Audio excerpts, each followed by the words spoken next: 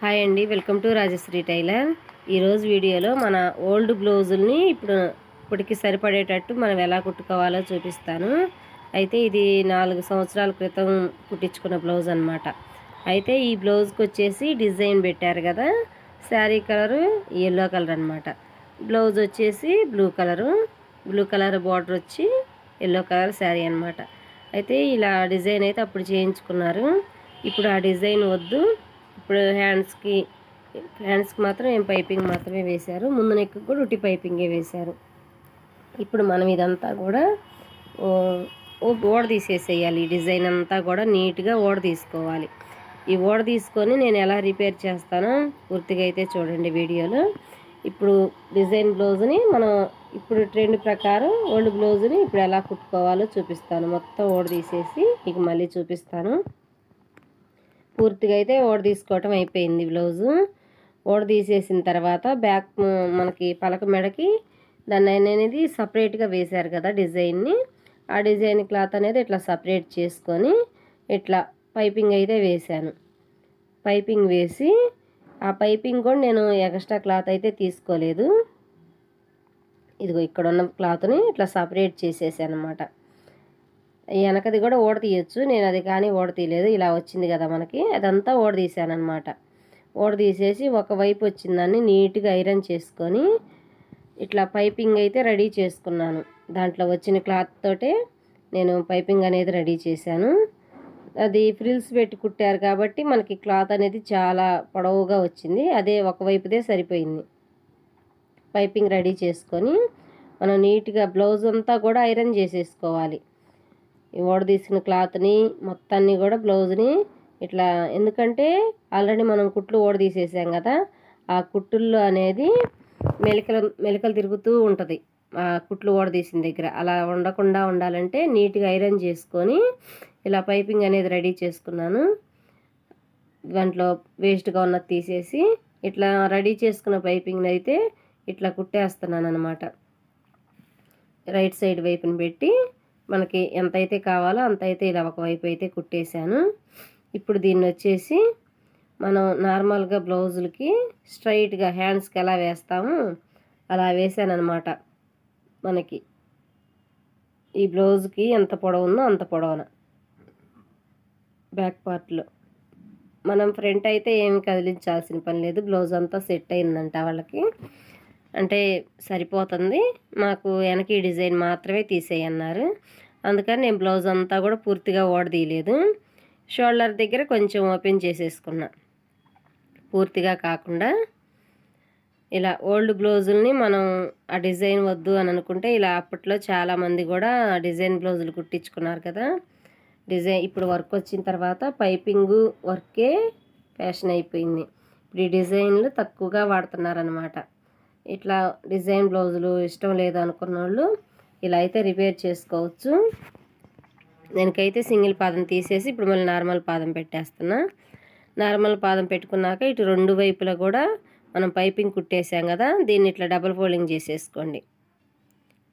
Double folding చేసుకొని ఇట్లా అంచుకి కుట్టేసుకోండి. Piping వేసి ఇప్పుడు మన హ్యాండ్స్కి ఏ విధంగా అయితే పైపింగ్ వేస్తామో అలా వేసుకోవటమే అనమాట. వీడియో క్లియర్గా కనపడుతుందా? ఇలా స్ట్రైట్గా వచ్చేసిద్ది. మనం ఎటు క్రాసులకు ఇబ్బంది పడే పని ఏమి లేదు. మనకు క్రాస్గా క్లాత్ కావాలి అనుకోవడానికి కూడా ఏం అవసరం లేదనమాట. ఆ బ్లౌజ్లో ఉన్న క్లాత్ని ఇట్లా పైపింగ్ రెడీ చేసుకొని ఇట్లా స్ట్రైట్గా వేసేసుకోవటమే. దీన్ని ఇలా డబుల్ ఫోల్డింగ్ చేసి కుట్టేసామనుకో పైపింగ్ అనేది మనకు నీట్గా వచ్చేసిద్ది. ఇట్లా వద్దు అనుకున్న వాళ్ళు చేతి పని కూడా చేసుకోవచ్చు. పైన కుట్టొద్దు అనుకుంటే ఇప్పుడు ఇలా నీట్గా కుట్టేసుకున్న తర్వాత చివరిని రఫ్ ఇచ్చేయండి. ఇప్పుడు చూడండి, ఇప్పుడు మనకి రెడీ అయిపోయిందనమాట. ఇలా పీసులన్నీ తీసేసుకొని నీట్గా వచ్చిందా లేదా అని చూసుకోండి. రాకపోతే మళ్ళీ సపరేట్గా వేసుకోవచ్చు ఓడ తీసైనా. నేనైతే నడుము బెల్ట్ ఓడ తీయకుండానే, నడుము పట్టి అనేది ఓడ తీయకుండానే కుట్టేస్తున్నాను. ఇది దీనికి కూడా ఇట్లా పైపింగ్ వేసాను అనమాట. పైపింగ్ వేసి కింద నుంచి చూసుకోండి. కింద నుంచి చూసుకొని అది ఎంతవరకు ఉందో అంతవరకు ఒక మార్కింగ్ పెట్టేసుకోండి రెండు వైపులా. ఇటు కూడా సేమ్ ఇలాగే ఒక మార్కింగ్ పెట్టేసుకుంటే మనకి కుట్టేటప్పుడు సమానంగా ఉంటుందన్నమాట. మనం ఆ మార్కింగ్ పెట్టుకున్న దగ్గర నుంచి స్టార్ట్ చేసి పైన నుంచి కిందకి రావాలి ఒకవైపున. ఇలా ఫస్ట్ స్టార్ట్ చేసేటప్పుడు పాదం పెట్టిన తర్వాత ఒక్కసారి సూది కిందకి దించి ఇట్లయితే రఫ్ చేసుకోండి. రఫ్ చేసుకొని, ఎందుకంటే అది బ్లౌజు మూలలాగా వచ్చింది అనమాట, మనం పలక మెడ ఎలా వచ్చిందో అలా వస్తుంది. అందుకని అక్కడ కంపల్సరీగా కొంచెం ఎక్కువగా రఫ్ ఇచ్చేయండి. ఇప్పుడు పైన రెండో కుట్టు గట్టిగా ఉండటానికి ఇంకో కుట్టు వేసేసేయండి. ఇప్పుడు వచ్చేసి ఒక పక్కన అయిపోయింది. ఇట్లా హెచ్చు తగ్గులు అనేది కట్ చేసుకోవాలి. హెచ్చు తగ్గులు కట్ చేసుకొని ఇప్పుడు మనం రెండో వైపు కూడా మళ్ళీ ఇంకోటి ఉంది కదా మనకి, అలాగే సేమ్ మనం మార్కింగ్ పెట్టుకున్న కాడి నుంచి ఇలా సమానంగా పెట్టుకోండి. ఇలా సమానంగా పెట్టేసుకొని ఇది కూడా ఇట్లా పై వైపు నుంచి స్టార్ట్ చేయండి. ఎందుకంటే మనం పైన సమానంగా మార్కింగ్ పెట్టేసుకున్నాం కాబట్టి మనకి నెక్ అనేది వంకరగా రాకుండా ఉంటుంది.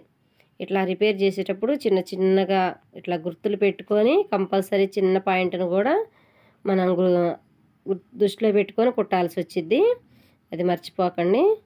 ఇప్పుడు దీన్ని కూడా ఇలా తిప్పేసుకొని రెండో కుట్టు వేసుకోండి. ఈ పలక మెడ దగ్గర మాత్రం కొంచెం రఫ్ ఇచ్చేయండి, ఎందుకంటే మనం బ్లౌజ్ వేసుకున్నప్పుడు టైట్గా పట్టేసిద్ది కాబట్టి ఆడ ఓపెన్ అవ్వకుండా ఉంటుంది, లేకపోతే అక్కడ కుట్లు పిగిలిపోయే అవకాశం ఉంటుంది. ఇప్పుడు వచ్చేసి నేను ఇప్పుడు బ్లౌజ్ నడుం పట్టి అనేది కట్ చేస్తున్నాను. ఇలాగే ఉంచైనా వేసుకోవచ్చు. వీళ్ళు బ్లౌజ్ అంతా సెట్ అవ్వలేదు అంటే మనం బ్లౌజ్ అంతా ఓడదీయాలి. కానీ ఇప్పుడు మనకి ఇంతవరకే డిజైన్, మనకి బ్లౌజ్ అంతా ఓడతీసే పని లేకుండానే ఇలా రిపేర్ చేసుకోవచ్చు అనమాట. బ్యాక్ నెక్ వరకే డిజైన్ ఉంటే ఇలా ఓపెన్ చేసుకొని ఇక్కడ డాట్స్ వేసారు కదా బ్యాక్ పార్ట్లో డాట్స్, అక్కడి నుంచి కట్ చేసేసాను అనమాట. అక్కడి నుంచి కట్ చేసిన దాన్ని ఇప్పుడు మనం నీట్గా నడుం పట్టి ఎలా అయితే వేస్తామో అలాగా ఆ ఖర్చు అంతా ఇట్లా స్ట్రైట్గా లాగేసేయండి. మనం ఆల్రెడీ ఐరన్ చేసుకున్నాం కాబట్టి మనకి నీట్గానే వస్తుంది. ఇట్లా ఎప్పటిలాగే నడుం పట్టి వేసేసేయండి. ఇట్లా ఈ చివరన కొంచెం మడత పెట్టేస్తే మనం కట్ చేసాం కదా, అది అనేది పీసులు పోకుండా ఉంటుంది నడుం పట్టీకి. రెండు వైపులా ఇట్లా మడత పెట్టుకోవటం వల్ల రఫ్ ఇచ్చేయండి. ఇప్పుడు ఎక్స్ట్రా ఏదన్నా క్లాత్ ఉంది అనుకుంటే మనం పైపింగ్ వేసింది ఉంటుంది కదా, అది కట్ చేసేయండి. మళ్ళీ ఇట్లా పైన ఒకటి అనుగుడు కుట్టు ఇలా వేస్తే మనకి బ్లౌజ్ అనేది కరెక్ట్గా సెట్ అయిపోయిద్ది. ఇప్పుడు పైన కావాలి అనుకుంటే నేను ఇక్కడ పైన కూడా ఒక కుట్టు వేసేస్తున్నాను. ఇట్లా మొత్తాన్ని సమానం చేసుకుంటూ ఒక కుట్టు వేసుకోవాలి. ఇట్లా క్రాస్గా ఏమైనా వచ్చిందా అని చూసుకోండి, ఎందుకంటే మనం ఓడదీసిన తర్వాత ఏమన్నా సాగిపోయి ఉంటే అదే మనం క్రాస్గా వేయకపోయినా దాంట్లో వేసిన ముక్కని మనం ఏం కదిలించలేదు కాబట్టి, ఒకవేళ వాళ్ళు కుట్టేటప్పుడు దీనికన్నా ముందు కుట్టిన వాళ్ళు, మనం చేస్తుంది రిపేర్ అనమాట, ఈ బ్లౌజ్ మనం కుట్టింది కాదు. ఒకవేళ వాళ్ళు ఏమన్నా అడ్జస్ట్మెంట్కి క్లాత్ని అలాగే పెట్టేసి ఉంటే అప్పుడు కూడా క్రాస్లు వస్తాయి. అవి చూసుకొని సమానంగా వచ్చేటట్టు కుట్టుకోవాలి. ఇప్పుడు చూడండి, ఇప్పుడు ఇలా అయితే రెడీ అయింది బ్లౌజు. ఇప్పుడు మధ్యలో ఒక స్టోన్స్ పెట్టుంది కదా మనం బ్లౌజ్కి, అది ఇస్త్రీ చేస్తే మాత్రం ఆ వేడి తగిలినప్పుడు లాగితే ఆ గమ్ అనేది వచ్చేసిద్ది. ఇప్పుడు వచ్చేసి ఇక్కడ నేను మొత్తం కూడా ఎల్లో కలర్ పైపింగ్లా వేసేసాను కదా, అయితే ఇక్కడ వచ్చేసి మీరు చీర కలర్ కూడా వేసుకోవచ్చు. అక్కడి నుంచి ఇంతవరకు చీర కలర్ వేసేసుకుంటే ఇప్పుడు మనకు నార్మల్గా పలక మెడ బ్లౌజ్ లాగే ఉంటుంది అన్నమాట. కింద వైపున అంటే సగం బ్లూ కలరు, సగం ఈ ఎల్లో కలరు అలా కూడా వేసుకోవచ్చు. ఇప్పుడు షోల్డర్ దగ్గర ఓపెన్ చేశాను కదా, ఆ ఓపెన్ చేసిన దాన్ని కూడా ఇలా కుట్టేసుకోవడమే. అంటే నేను ఎక్కువగా ఓపెన్ చేయలేదన్నమాట, మన పైపింగ్ వేయడానికి ఎంత అయితే అవసరమో అంత అయితే ఓడదీశాను. ఇలా నీట్గా ఓడదీసిన దాన్ని షోల్డర్ జాయింట్ వేసేసుకోవటమే.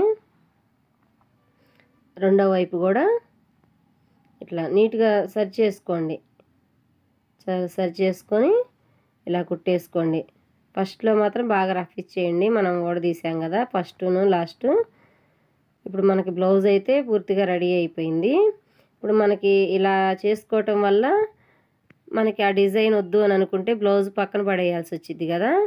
బ్లౌజ్ ఇట్లా రిపేర్ చేసుకోవటం వల్ల ఇప్పుడు ట్రెండ్ ప్రకారం ఇట్లా గోట్ అయితే వేసుకొని మనకు బ్లౌజ్ రెడీ అయిపోయింది. వీడియో నచ్చితే లైక్ చేయండి, ఛానల్ని సబ్స్క్రైబ్ చేసుకోండి.